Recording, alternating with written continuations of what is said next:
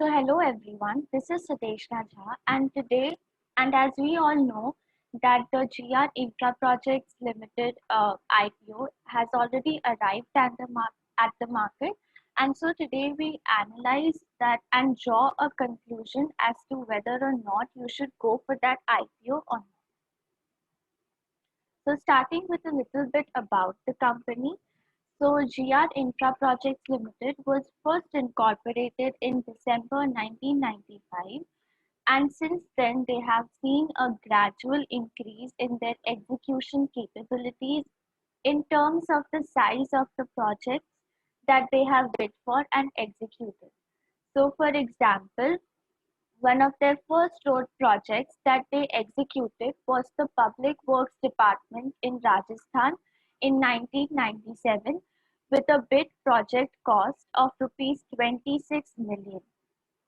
And also the project of the Vadodara Mumbai Expressway project, which is currently ongoing. The responsibility of this project has also been entrusted to them. So the second point is that the infra projects, GR Infra Projects is an integrated road EPS company with an experience in design and construction of various road and highway projects across 15 states in India, and they have recently diversified into projects in the railway station as well. And also they have since 2006 executed over 100 road construction projects. They have also experienced in constructing state and national highways, bridges, flyovers, airport runways, and rail overbridges. So we can see how reputed the company is and how much effort it puts in the field which it has expertise in. So the next, we'll see a little bit about the infrastructure economy and how it has experienced the growth in India over the past few years. So starting with a very big point, it's a point of great importance that the infrastructure industry had been given a massive push by the Indian government with an allotment of rupees 233,083 crore. Also, it has been said that India will become the world's largest construction market by 2022. Favorable valuation makes the sector an interesting opportunity and a very attractive one, given that only 24% of the national highway network is four-lane. It therefore presents an immense scope for improvement. So, coming to the overview of the company's financial statements, as we can see, there is a constant rise in the total revenue for the company over the past 3 years, and the revenue has rose by over 23% from 2020 to 2021, from 7,906 crore to rupees it's right now it's 7,906 crore from rupees 6,423 crore in FY 2020. So we can see there's a rise of around 23% in the total revenue. The PAT, which is the profit after tax, has also shown an increasing trend throughout the last 3 fiscal years. Also, the earnings before interest, tax, depreciation, and amortization, and the net margins are plotted in the chart given. And we can see there's some pressure in the margins as it shows a slight decline over the last 3 fiscal years.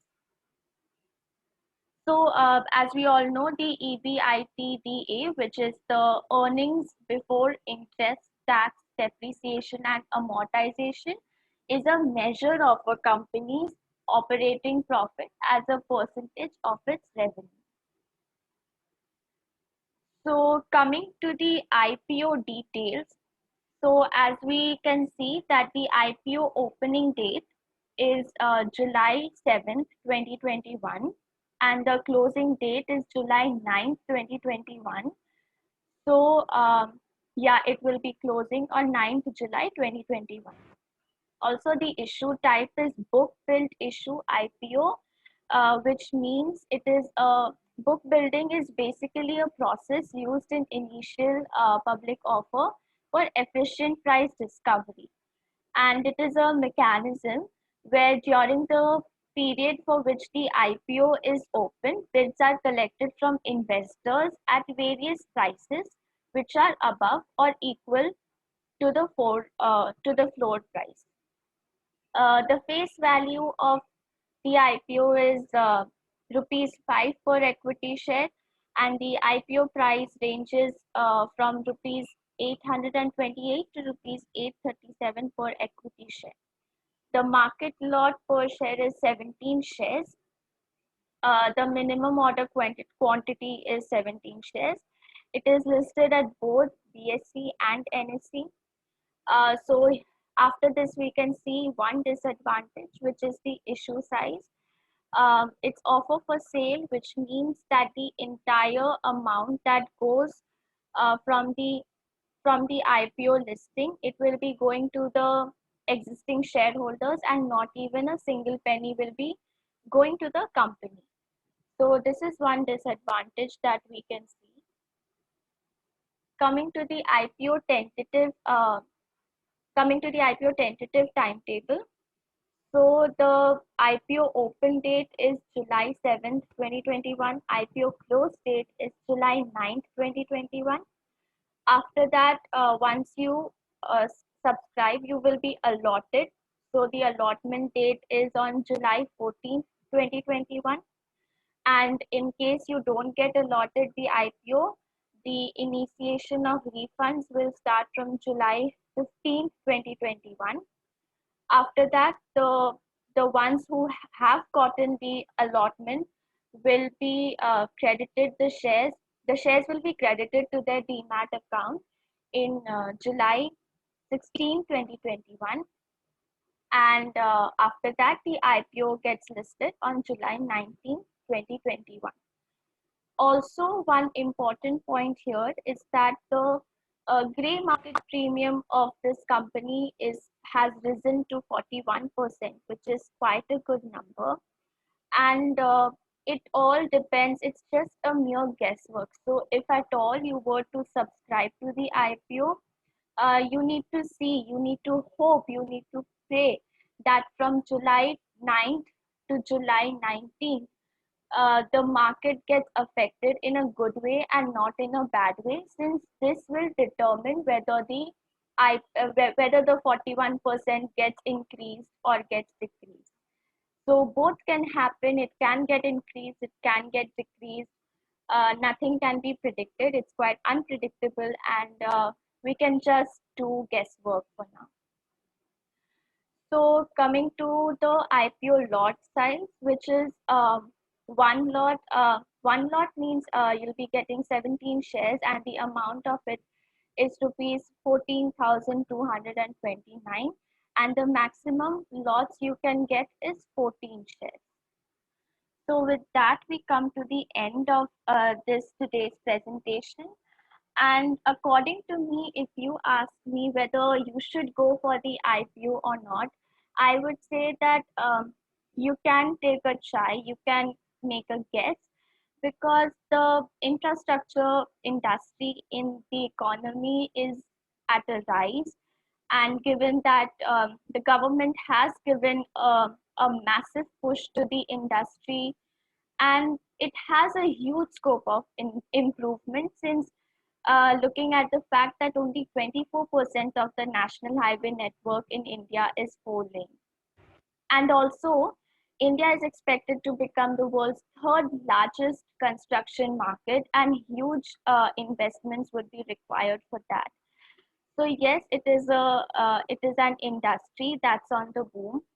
Also, uh, comparing GR infra projects to its peers, we can see that the issue is priced at 8.5 times its earnings, which is well below its peers, and thus the issue appears to be reasonably priced. Also, the P by BV, which is the price by the book value, is 2.03 times calculated at the upper price band of rupees 837 per share. So as we all know, the P by BV ratio, which is the price by book value, the benchmark, which means a good P by BV value is considered to be 3 times, and here it is 2.03 times, which is quite good. So yes, the company is doing quite good as compared to its peers. So yes, we can see that you can go for the IPO if you take, as I said, my opinion. Here the industry is at a boom, and also, but it's a mere guesswork. You can do nothing but just pray that the the market gets affected in a good way, and so the gray market premium uh, remains at 41% or increases, and it just doesn't decrease. So, ending today's presentation on a good note. Thank you.